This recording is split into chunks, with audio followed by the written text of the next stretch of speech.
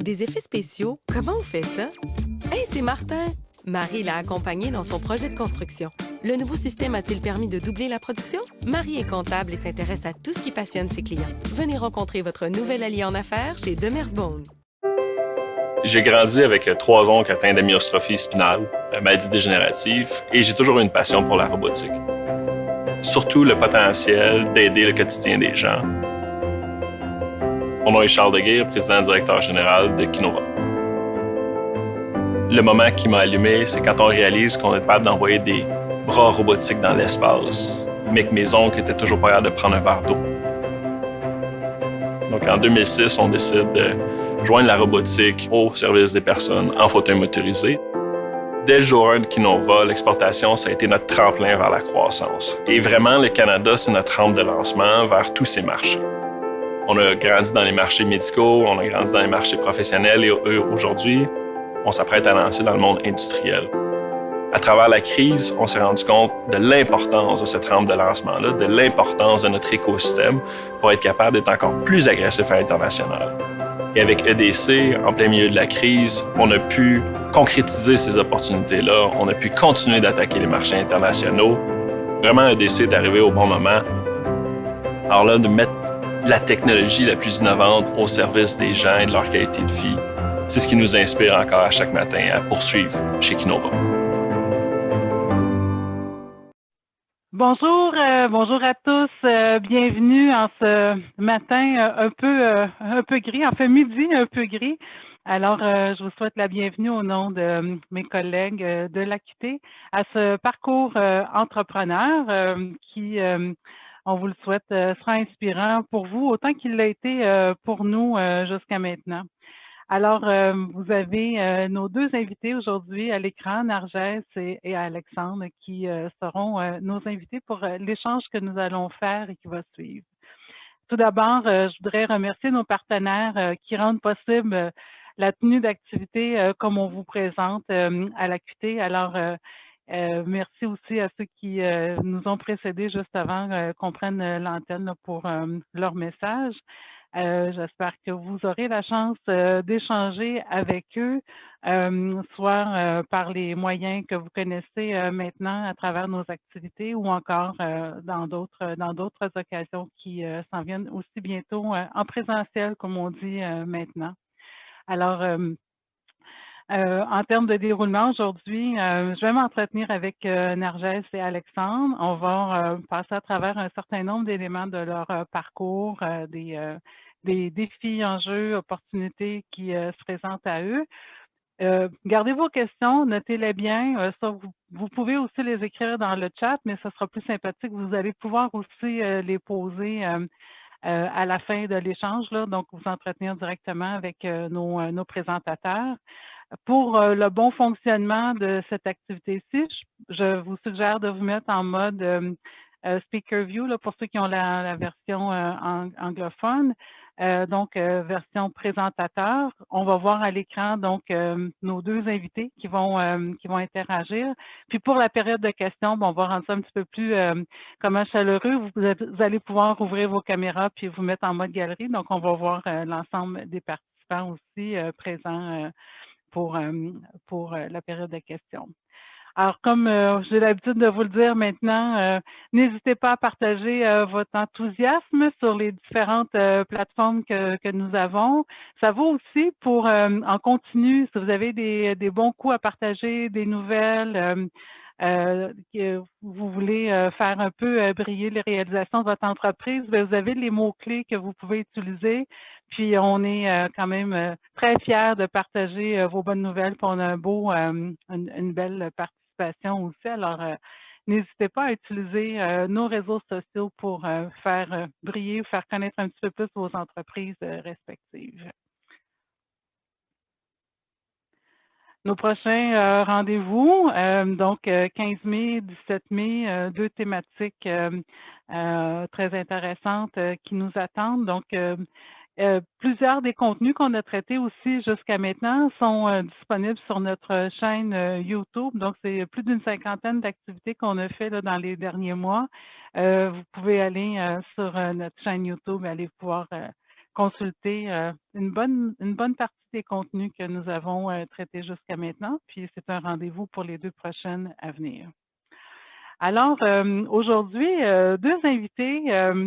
On voulait avoir une thématique, aborder la thématique de l'intelligence artificielle à travers les yeux de 2 dirigeants. Finalement, on se posait la question, est-ce que l'intelligence artificielle s'est invitée dans leur entreprise ou si, au contraire, les bases mêmes de leur entreprise est autour de l'intelligence artificielle. Donc, c'est ce qu'on va parler. C'est ça dont on va parler aujourd'hui. Donc, un petit mot sur nos 2 présentateurs. Donc, Narges Boufaden, c'est une pionnière dans l'application de l'apprentissage automatique au traitement automatique du langage. Elle a obtenu son doctorat en linguistique en 2005. Elle a fondé Keytext en 2010, devenant ainsi un des premiers entrepreneurs à fournir des solutions d'intelligence artificielle pour maximiser le rendement d'affaires. Alors, bienvenue Narges, bienvenue parmi nous. Alexandre, Bonjour. de son côté, a cofondé plusieurs entreprises, dont une agence de marketing digital et une agence de développement logiciel, avant de devenir CEO et cofondateur de YouEat en 2017. YouEat propose des innovations technologiques pour la restauration et la solution de commande en ligne est basée sur l'intelligence artificielle et a été sélectionnée par de très nombreux restaurants de toute taille, que ce soit sur la scène locale comme internationale. Alors, bonjour Alexandre. Bonjour à tous. Bienvenue à vous 2. Donc, juste avant de débuter dans la période d'échange et de discussion, juste pour nous mettre un petit peu en bouche, on va commencer avec des chiffres. Après ça, on reviendra plus en détail là, sur les éléments de réponse que vous nous aurez donnés. Donc, je commence avec toi, Alexandre. Au meilleur de ta connaissance, combien de clients / utilisateurs travaillent avec vos solutions? Écoute, c'est rendu plusieurs milliers maintenant de clients partout à travers le Canada. On est maintenant dans 7 pays, principalement au Canada, mais notre exportation a commencé depuis 1 an ou 2. Donc, États-Unis, France, Angleterre, Espagne. Donc, on a encore... Tu devances mes questions. On va commencer par les chiffres. Tu réponds combien d'utilisateurs? Plusieurs milliers, hein? Oui. Plusieurs milliers. Dans combien de pays? OK, c'est des chiffres, oui. 7 pays. OK, excellent. Votre nombre d'employés? On est rendu dépassé 100 maintenant. Ah oui, c'est ça. Puis dans plusieurs pays aussi de ce côté-là. Exact. OK, parfait. Donc, on va y revenir, ça suscite des questions. Narges, de votre côté, chez vous, chez Keytext, au meilleur de votre connaissance, combien de clients / utilisateurs utilisent vos solutions? Oui, on est à peu près plus de 500 utilisateurs aujourd'hui. OK. Et ça, je dirais, c'est plus d'une 50aine de clients. OK, excellent. On est 25 employés aujourd'hui. OK, fait qu'une une dizaine de pays à 25, moins de 30 employés, des beaux défis chez vous. OK. Tout à fait. Donc, tout à fait. Ben, on va commencer avec toi, Narges. Tu sais, si tu avais à nous décrire la raison d'être de ton entreprise. Oui, tout à fait. Donc, aujourd'hui, Keytext, c'est une entreprise qui aide la moyenne et grande entreprise à améliorer l'expérience client. Donc, comme tu l'avais un peu expliqué, on se spécialise, je dirais, le core de la business est bâti sur de l'intelligence artificielle. Donc, c'est comment amener ce genre de technologie pour aider les entreprises à améliorer l'expérience client avec, en restant dans des coûts raisonnables et en amenant une mise à échelle facile. Donc, c'est vraiment là où on intervient aujourd'hui. OK. Et chez vous, Alexandre, la raison d'être, mission de votre entreprise? Bien, en fait, notre mission, c'est vraiment créer de la richesse dans l'industrie de la restauration. Donc, aider les restaurateurs à devenir plus profitables, optimiser leurs opérations. Et tout ça, on fait ça grâce à des outils de commande en ligne innovants donc pour les restaurants. Donc, on les aide vraiment à pouvoir faire des types de commandes, des commandes emportées, des livraisons, tous les types de commandes auxquelles on peut penser. C'est vraiment ce sur quoi on travaille. Donc, Et tout ça dans le but d'aider cette industrie-là à tirer, dans le fond, des meilleurs profits. Donc, on sait que c'est une industrie avec des faibles marges. Puis, on va voir un petit peu plus tard, comment l'intelligence artificielle peut vraiment aider cette industrie-là à avoir des avantages substantiels. On le voit à l'écran, ceux qui le voient, là. Donc, commande aux tables, take-out, même du room service. On fait de la livraison de sièges dans les stades, vraiment dans les tours à bureaux. On voit aussi quelques exemples de clients là, qui sont autant des restaurants indépendants que des chaînes de restaurants populaires là, que vous pouvez connaître. Donc, YouEat, c'est des solutions de commande qui sont en white label. Ça veut dire que quand vous commandez dans ces exemple chez Yuzu ou chez Normandin, vous commandez avec les outils de YouEat sans le savoir nécessairement. Donc, on se trouve à être sur le site Internet un petit peu en marque blanche, là, si on veut. Dans le fond, je pense que chez vous, pour le restaurateur, je pense qu'un des objectifs que vous aviez, c'était d'augmenter la facture totale. Comme tu disais, les marges sont plus petites. Puis pour le client aussi, il retrouve des avantages quand même qui ne sont pas à négliger. Exact. Quand on a réfléchi à la plateforme, c'était important pour nous d'être les meilleurs au monde dans une seule chose, donc la commande en ligne pour restaurant, mais c'était important d'être les meilleurs au monde. Donc, c'est ce qu'on avait appris. Si tu veux réussir dans le logiciel, il faut que tu sois le meilleur. À partir de ce moment-là, on a identifié les critères. Qu'est-ce que serait la meilleure commande en ligne au monde? Puis dans ça, il y avait l'expérience client ultime. Donc, pour que l'utilisateur, ça soit facile, intéressant, intuitif.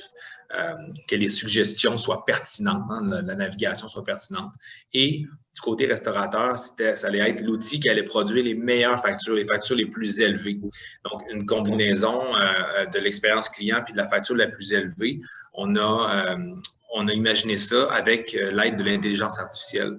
Donc, on s'est dit comment on devient, en fait, YouEat maintenant, c'est un employé virtuel du restaurant. Comment on peut rendre cet employé-là extrêmement performant, très intelligent, puis être capable de se souvenir des préférences de chacun des utilisateurs, de se souvenir de toutes les composantes du menu du restaurant, puis à partir de ce moment-là, être capable de suggérer les meilleurs items aux clients en fonction de leurs préférences. C'est ce qu'on a fait. On a développé notre module d'intelligence artificielle en recommandation qui produit des ventes incitatives, qui produit des recommandations, mais de manière non intrusive. C'est-à-dire que tout ça fait partie du processus d'achat normal des clients, mais c'est des processus qui sont personnalisés, qui ont plus de chances d'avoir du succès. Donc, on crée à la fois pour l'utilisateur un parcours plus pertinent, puis je te donne un exemple. Si je sais que Nicole t'aime le jus de légumes, au lieu de te proposer une boisson gazeuse, je te propose un jus de légumes. Aujourd'hui, pour toi, j'ai bonifié ton expérience avec quelque chose que tu aimes, mais aussi, j'ai augmenté un peu ta facture peut-être de 50 sous ou 75 sous sur cette boisson-là qui se vend plus cher. Les deux sont gagnants, autant Nicole que le restaurateur. C'est ça, la philosophie derrière YouEat. On a aussi, nos recommandations sont basées, sont dynamiques, sont basées sur plusieurs critères et on en voit des exemples ici. Une journée pluvieuse comme aujourd'hui ou plus fraîche, on va avoir des recommandations qui vont être comme les soupes qui vont être en premier. Une journée plus chaude, on va avoir plus des smoothies ou des salades qui vont être en premier. Même chose si on sait qu'une personne a des tendances plus végétariennes ou végétaliennes, les extras vont être plus de type légumes versus une personne qui est, disons, un meat lover, elle va avoir des recommandations qui sont plus des extra viandes ou des protéines. Donc, tu sais, en réalité, on amène dans cette industrie-là quelque chose de vraiment, pour nous, qui est rendu quasiment normal. Quand on navigue le web, maintenant, on s'attend de la personnalisation. On est sur Amazon, on est sur Netflix, on a tout le temps ce type de personnalisation-là. Ça ne se faisait pas dans l'industrie de la restauration. Ça ne se fait toujours pas, d'ailleurs, à part avec YouEat. C'est un système même qu'on a breveté parce qu'en réalité, on a découvert qu'on était les premiers à appliquer de manière particulière l'intelligence artificielle à l'affichage dynamique des menus. Et c'est ce qui fait la grande différence de YouEat. On est capable d'augmenter les factures moyennes de façon systémique. Donc, à chaque fois qu'on remplace une commande en ligne, on produit des meilleurs résultats. Ces résultats-là sont pas c'est impossible de les battre. On a essayé par tous les moyens de les battre avec du BI ou même des statistiques, mais ultimement, notre outil de recommandation, de par les connaissances qu'il a ou dans le fond, de par son niveau de prédiction, est toujours capable de battre l'être humain à l'avantage du restaurateur et des clients. Excellent. Bien compris votre modèle. Narges, de votre côté, on parlait en début de rencontre du nombre de clients que vous avez, c'est surtout des gros clients. Donc, parle-nous un petit peu ce que les clients recherchaient quand ils font appel à Keytex. Oui, tout à fait. Donc, comme je l'expliquais tout à l'heure, nous, on va aider l'entreprise à être à l'écoute de leurs clients de manière qui soit assez rapide pour leur permettre une agilité accrue, une rapidité et, excusez le terme en anglais, responsiveness, donc d'être vraiment proactif vis-à-vis des attentes clients. Et comme vous le savez, avec notamment la pandémie, ça existait déjà avant, mais avec la pandémie, il y a eu une explosion ou il y a un changement important au niveau du comportement client. Donc, l'achat se fait en ligne, tout se fait de manière digitale et ça a fait que beaucoup d'informations en réalité transigent par les canaux digitaux. Et ça veut dire quoi? C'est que les entreprises font face à un volume assez important d'informations, de rétroaction client. Donc, c'est des gens qui vont parler de leurs attentes, qui vont se plaindre, qui vont avoir des questions pour faire leur choix au niveau du produit qu'ils veulent acheter. Et donc, il s'agit en fait, ces entreprises-là aujourd'hui sont dans une situation où ils savent très bien qu'il y a une mine d'informations, d'intelligence d'affaires qui est cachée, qui est disponible dans toute cette information non structurée, textuelle au final, parce que c'est des canaux digitaux, et ils ont un besoin important d'avoir accès à cette intelligence d'affaires rapidement. Et c'est vraiment là où Keytex intervient. On a développé une technologie qui est essentiellement basée sur de l'intelligence artificielle. Donc, comme on l'expliquait tout à l'heure avec mon background qui est dans justement ce domaine-là, on amène une expertise et une connaissance qui a fait en sorte que notre produit aujourd'hui est parmi les meilleurs produits pour gérer justement ce genre de données clients non structurées, qui est très bruitée, mais qui contient énormément d'informations. Donc, la plateforme en tant que telle, elle va offrir la possibilité aux entreprises de se connecter à plus de 400 plateformes. Donc, on parle de Zendesk, de SurveyMonkey, de Qualtrics, de CRM comme Salesforce et compagnie. Et donc, de permettre d'aller chercher l'information où elle réside, de pouvoir synthétiser cette information pour faire ressortir les éléments importants. Par exemple, qu'est-ce que la personne, de quoi le client se plaint, qu'est-ce qu'il recherche comme produit, qu'est-ce qu'il recherche sur le site web et qu'il n'a pas pu trouver.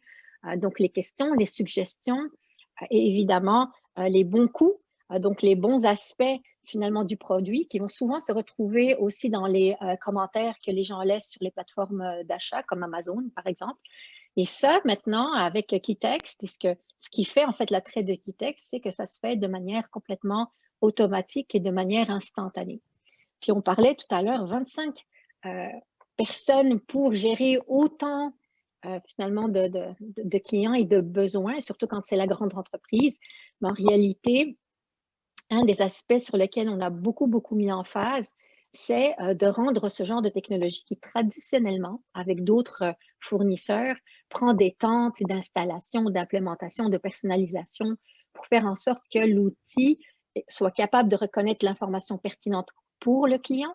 Mais tout ça, on l'a automatisé grâce à l'intelligence artificielle. Et donc, ça fait que, si on peut parler de coût d'acquisition et de gestion de clients, elle devient énormément réduit grâce à cette automatisation.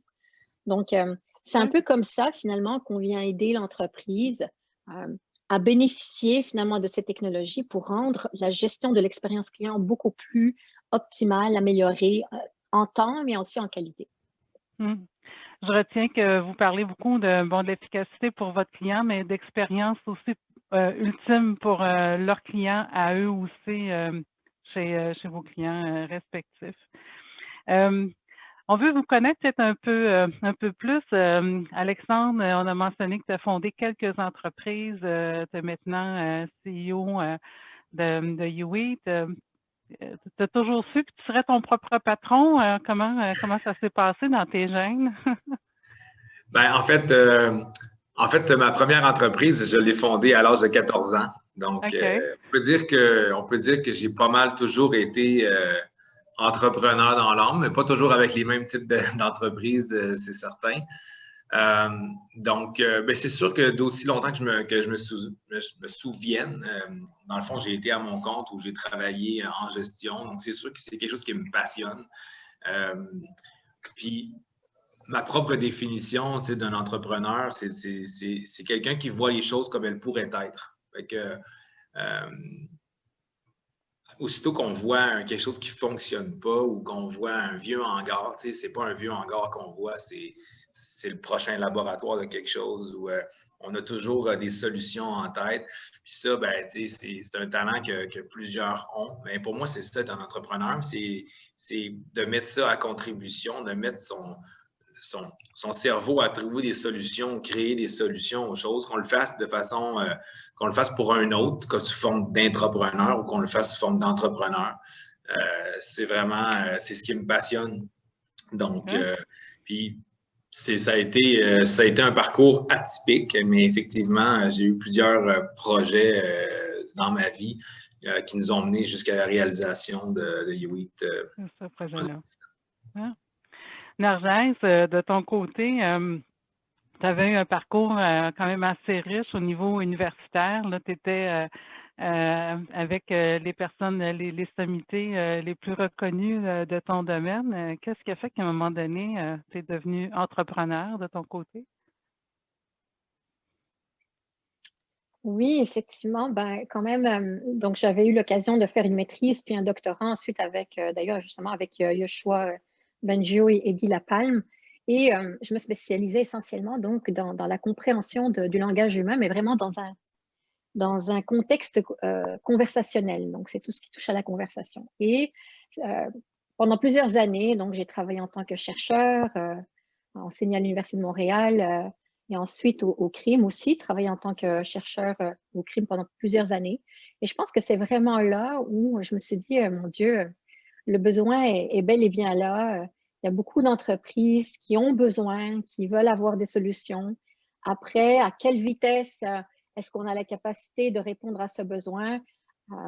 Et j'avoue aussi qu'arrivant d'un environnement où mon père, essentiellement, mon frère, sont essentiellement des entrepreneurs. Donc, à quelque part, ça a amené plusieurs éléments qui ont fait que, ben, je pense que je vais faire le saut.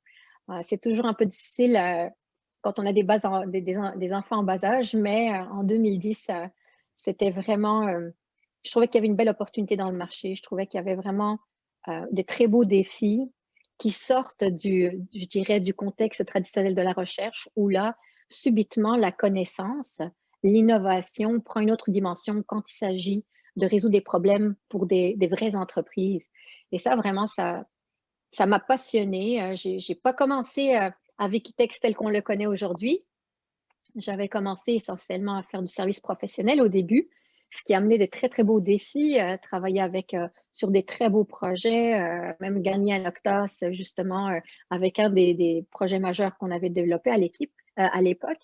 Mais au bout d'un moment, puis peut-être qu'on s'en parlera tout à l'heure, l'intelligence artificielle arrive aussi, c'est comme si elle était un peu plus propice à un modèle d'affaires versus un autre, étant donné, je dirais, la capacité, les budgets qui étaient disponibles à l'époque.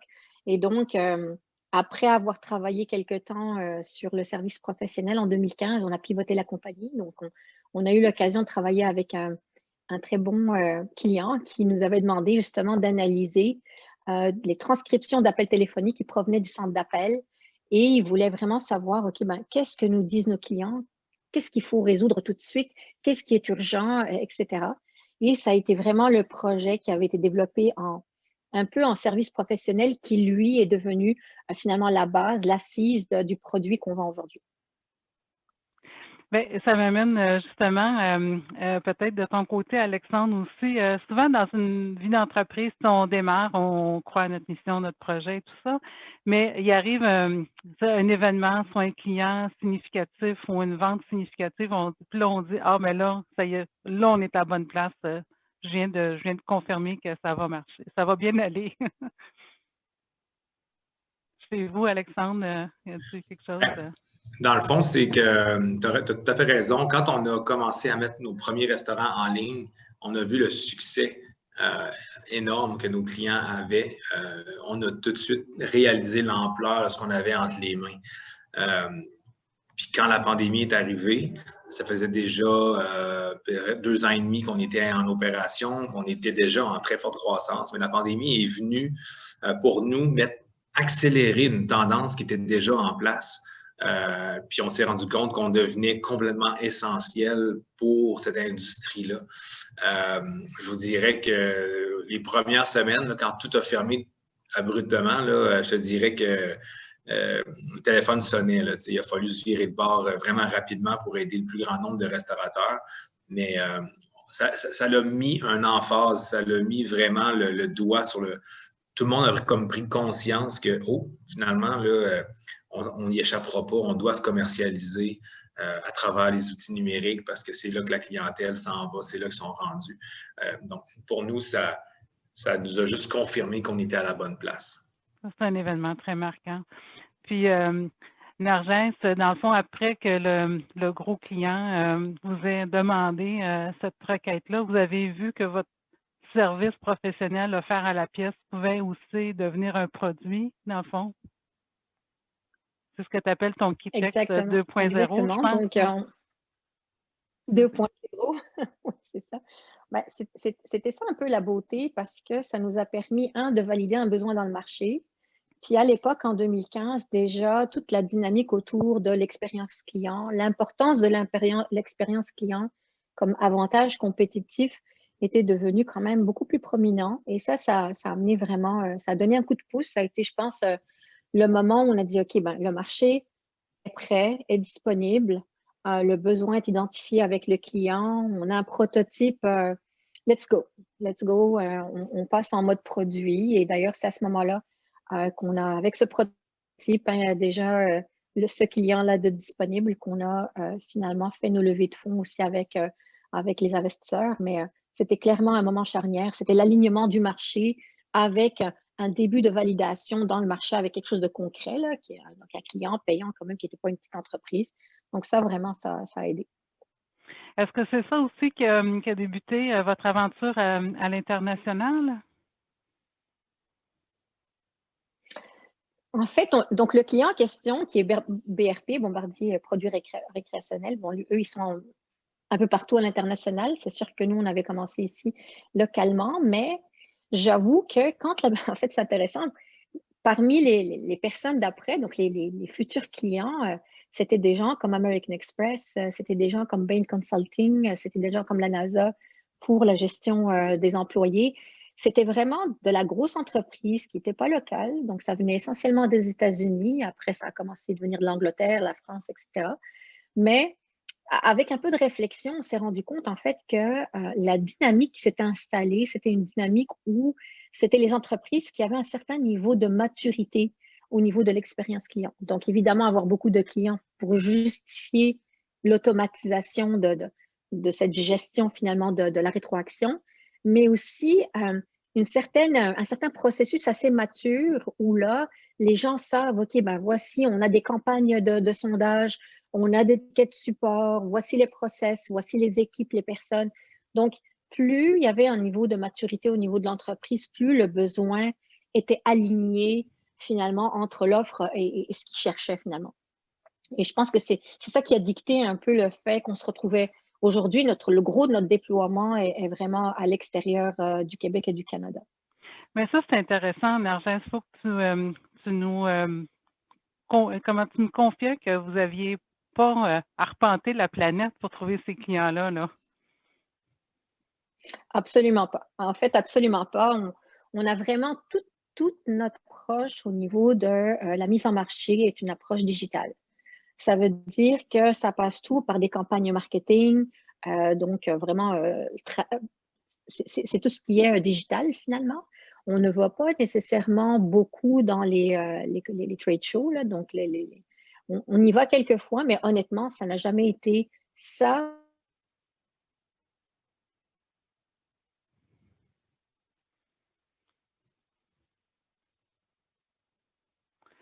La Présence connexion. aussi. sais pas si c'est juste de mon côté, Narges. Je vous ai perdu un moment. Oui, c'est ça. Moi, je t'ai perdu un petit peu. Je ne sais pas si les autres aussi. On va peut-être laisser le temps à ton... OK. Est-ce que c'est bon maintenant? Oui, c'est bon, oui.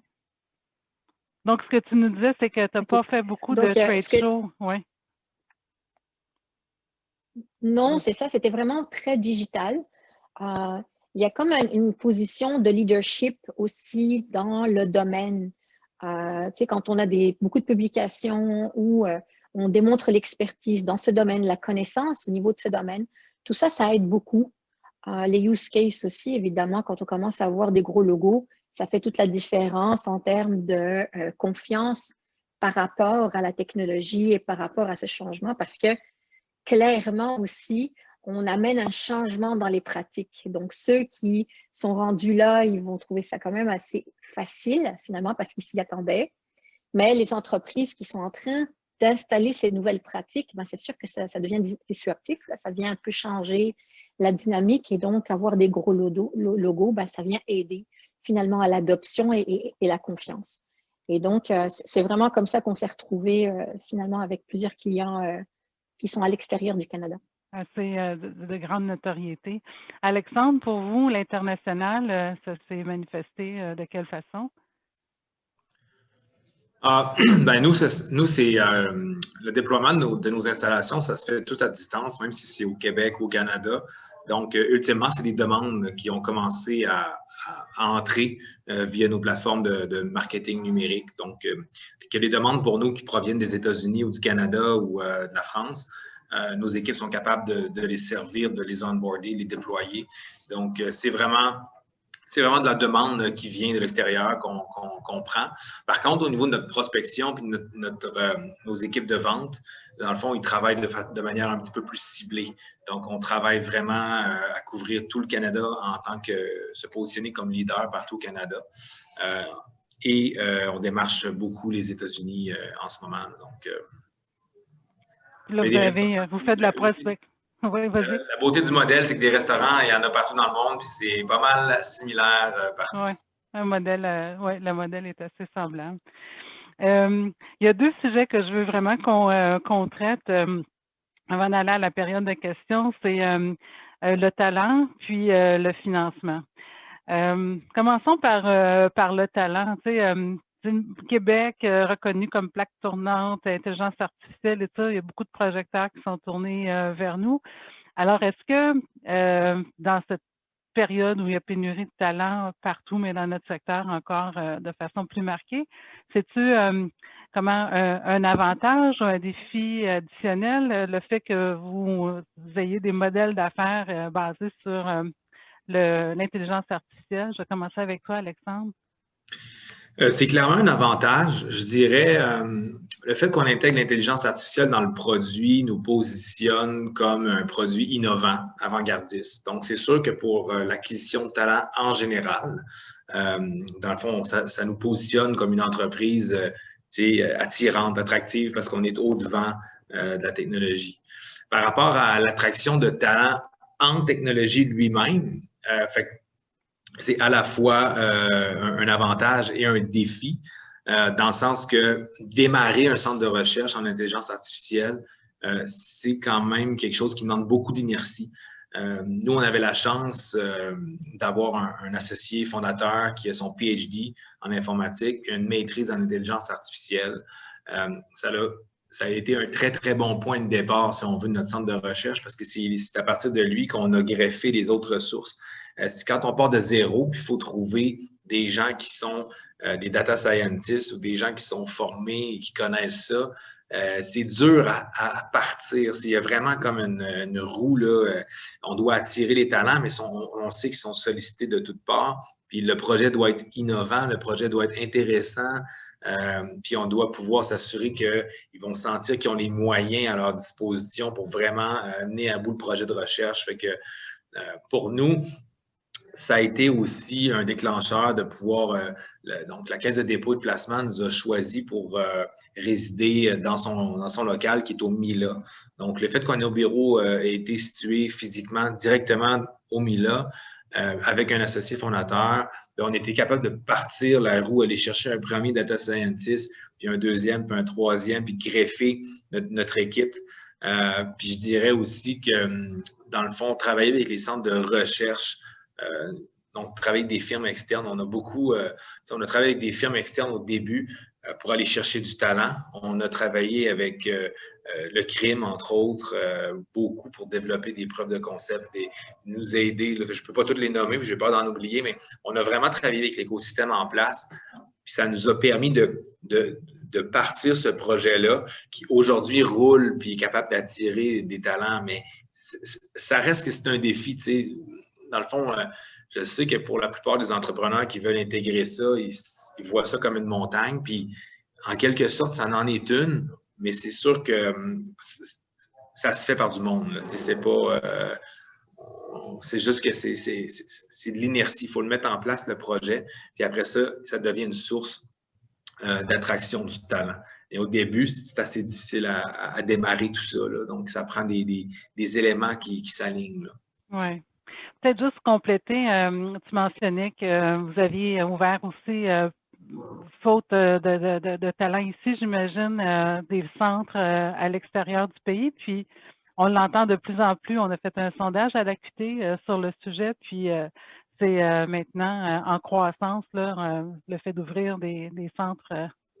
En fait, c'est pas tant qu'on a ouvert des centres, c'est que pour certains types de tâches dans l'entreprise, on fait affaire avec des ressources aux Philippines, par exemple. Mais par rapport aux développeurs, c'est juste qu'avec le programme Talents mondiaux, on se sert de l'immigration. Donc, c'est qu'on trouve des développeurs à l'étranger qui veulent immigrer au Canada, mais c'est juste qu'on fait leur période de probation à l'étranger pour s'assurer qu'ils conviennent à nos critères d'expertise. Mais une fois que la période de probation est passée à l'étranger, on déclenche le processus d'immigration avec le programme Talents mondiaux, puis 6 à 12 semaines après, sont assis dans nos bureaux. Mais ce mécanisme-là nous permet vraiment de valider, dans le fond, le candidat. Puis ça nous permet d'aller chercher des développeurs sans toujours être en train d'aller chercher le développeur de ton voisin, puis de jouer la game de la surenchère au niveau des salaires. On ne s'en sortira jamais. Là. Fait que là, on a trouvé une manière d'aller chercher du talent additionnel à l'extérieur. OK. Narges, je pense chez vous aussi, pour vous, le fait d'intégrer d'être un acteur en intelligence artificielle, vous voyez ça comme un atout pour votre recrutement?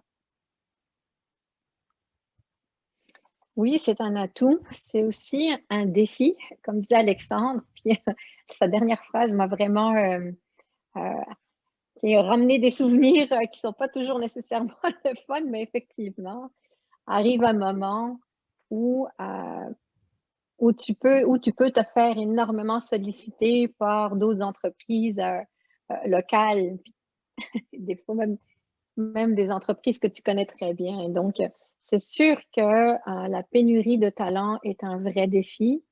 Je dis ça, j'en ris, mais en réalité, ce n'est pas tellement rigolo. C'est que c'est sûr que dans notre cas, Kitex est quand même connu pour avoir des très bonnes opportunités de développer finalement ses compétences en intelligence artificielle. Ça aide. Puis Alexandre, c'est certainement leur cas aussi, puisque le cofondateur a ce background-là. Mais ça aide beaucoup quand un des fondateurs a un background poussé en intelligence artificielle. Ça amène une autre dimension au défi, ça amène une autre compréhension et une autre autorité. Et donc, moi, j'ai eu des gens qui sont venus travailler chez nous, qui initialement sont du Québec, mais qui étaient à l'étranger, un peu partout en France, en Chine, puis qui ont vu, soit ils ont vu un article sur Kitex, c'est chez IBM, sur le blog d'IBM, puis là, ça allume, OK, ben là, oui, je suis intéressée. Donc, c'est sûr que ça amène des opportunités, clairement, mais ça amène, comme Alexandre le disait, des défis. Garder les gens chez vous, c'est assez intéressant, surtout avec la pandémie où là, on peut travailler de chez soi. Et donc, c'est pas juste localement, c'est aussi que moi, j'ai plusieurs personnes qui ont été littéralement récupérées par des grosses compagnies aux États-Unis. Et qu'est-ce que tu fais avec ça? Je veux dire, au-delà de la culture, qui est quelque chose d'extrêmement important chez nous, sur lequel on travaille beaucoup, les gens sont heureux, mais quand tu arrives avec un énorme chèque, ça devient difficile d'amener cette dimension. La culture, elle a un niveau, ça a un impact, c'est sûr, mais le salaire aussi, à la fin, les gens, c'est normal. Donc, c'est sûr que ça amène des gros défis. C'est un peu, je dirais, le curse, la malédiction d'avoir une certaine, sans prétendre vraiment, mais d'être connu du moins pour être spécialisé dans ce domaine-là. La compréhension du langage naturel, c'est clair que c'est un domaine qui est très, très, très avant-gardiste au niveau de l'intelligence artificielle, qui reste un défi scientifique. Et donc, beaucoup, beaucoup de jeunes pousses, des gens qui ont fini leur PhD, qui sont ah, c'est cool, OK, ben, on a 4 compagnies qui font ça. Oui, c'est sûr que je vais prendre la job.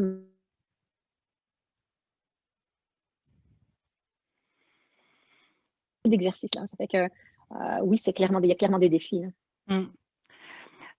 On perd un petit peu des fois des quelques mots, Nargès, sur ta bande passante, ton voisinage doit l'utiliser beaucoup aujourd'hui. Un sujet que vous avez tous les deux abordé, juste une petite parenthèse avant de passer au dernier thème sur le financement. Alexandre a mentionné le programme des talents mondiaux, et puis il y a quelqu'un de notre équipe là, qui est allé mettre le lien vers l'information sur ce programme-là. Si vous êtes intéressé, recommuniquez avec nous par la suite. Mais bon, vous avez parlé des gros chèques à offrir aux employés, mais bon, comme tout le monde finalement. Mais on a eu plusieurs invités dans la série des parcours. Certains avaient du financement externe, du capital de risque, d'autres non. C'était plus du financement organique par les propriétaires. Dans votre cas, à vous deux, vous avez du financement en capital de risque. Puis j'aimerais ça peut-être vous entendre échanger sur le sujet. Qu'est-ce qui vous a motivé à aller chercher des actionnaires externes? On va commencer avec Alexandre. Puis comment ça se vit? Oui, bien, dans le fond, la façon dont on veut, la stratégie de croissance de chaque entreprise, c'est vraiment propre à chacune. Puis, il faut juste s'assurer de pouvoir financer adéquatement sa stratégie. Dans notre cas, on a une stratégie de croissance accélérée. Donc, financer notre compagnie, c'était vraiment un must. De un, parce qu'au niveau de la technologie, ben, ça coûte cher. Les salaires, ça coûte cher. Il faut le développer. Il y a du risque. C'est pas parce qu'on développe un modèle qu'il fonctionne du premier coup. Puis, tu sais, je tiens à dire qu'on est extrêmement bien épaulé par les différents paliers de gouvernement, puis à Québec en particulièrement, avec la ville de Québec aussi. Tu sais, il y a vraiment... mais je dis ça, mais toutes les villes, toutes les régions, pour le développement de l'innovation, il y a vraiment beaucoup d'argent. Il faut juste prendre le temps d'aller chercher ces informations-là. Puis ultimement, du capital de risque, c'est sûr. Pourquoi? Bien, pour financer notre croissance. Dans un SaaS, on développe le produit, puis on développe avant d'avoir atteint une masse critique de clients, mais aussi parce qu'on se bat contre des joueurs extrêmement agressifs. On se bat contre des Américains, contre des Australiens, du monde, des compagnies de partout dans le monde qui, eux, sont financés, qui ont énormément d'argent, qui vont plus vite, qui mettent plus de moyens. Donc, si on veut se battre sur l'arène internationale, on n'a pas le choix d'aller chercher des sommes pour pouvoir se battre. Puis, j'allais dire nez à nez, mais en réalité, encore là, un de nos concurrents a levé 500 millions de financement le 12 mars dernier en allant public. C'est sûr qu'on n'est pas encore à armes égales du tout. Par contre, on se sert du talent québécois pour innover et être plus innovant. Donc, on joue les cordes qu'on a à notre arc. Mais effectivement, ça prend beaucoup de capital. C'est quelque chose qui est énergivore, hein, qui nous prend du temps, de l'énergie à aller chercher. Mais ultimement, ça fait partie de la game dans notre cas. Là. Vous avez du capital de risque, là, des joueurs d'ici principalement. Là. Exact. Oui. OK. Nargès, chez vous aussi, chez Keytex, vous êtes allé chercher des actionnaires pour maximiser votre croissance, accélérer? Oui, exactement. Donc, un peu comme l'expliquait Alexandre, le modèle d'affaires qu'on a, donc c'est de la technologie SaaS. Donc, c'est des souscriptions, c'est des gens qui vont acheter, qui vont payer par petite mensualité pour un peu avoir accès à cette technologie. Mais dans les faits, après avoir développé avec tout le budget que ça prend quand même une structure assez complexe, en particulier quand on vend à la grande entreprise. Ils s'attendent à avoir le customer success, ils s'attendent à avoir du bon marketing, ils s'attendent à avoir vraiment beaucoup de, finalement, je dirais, de high touch, donc vraiment une mise en vente assez sophistiquée. Et donc, quand on vend en plus en SaaS, ben, c'est sûr qu'on va aller finalement, comment dirais-je, on n'aura pas finalement le coût directement, là, Vous on ne financez vos retournera pas dans nos clients. sous, si je puis dire, Vous, dès le début, puisque c'est pas exactement, on finance nos clients.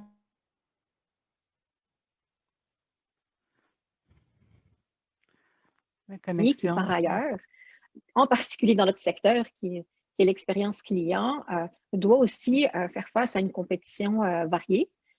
Des compagnies qui existent depuis beaucoup d'années, qui ont des budgets qui ne sont pas du tout comparables.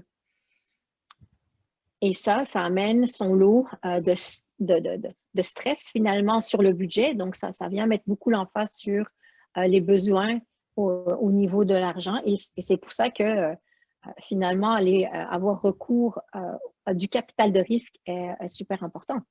Ça va nous permettre de continuer à investir de manière agressive là où il faut, que ce soit au niveau de la technologie, au niveau des ventes et marketing, tout en gardant quand même un modèle d'affaires compétitif qui permet justement de faciliter l'adoption des clients parce que ça s'inscrit dans une tendance, dans une mouvance SaaS qui commence à être vraiment très, très bien établie, même dans la grande entreprise.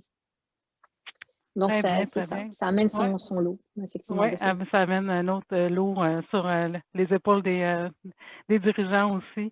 Merci infiniment, Alexandre Nargès, pour la qualité des échanges que vous nous avez accordés aujourd'hui. Merci, merci beaucoup. Bonjour à tous, mon nom est Francis Letourneau, je suis conseiller en développement à la Ville de Lévis. Ça me fait plaisir de m'adresser à vous en conclusion de cette belle activité.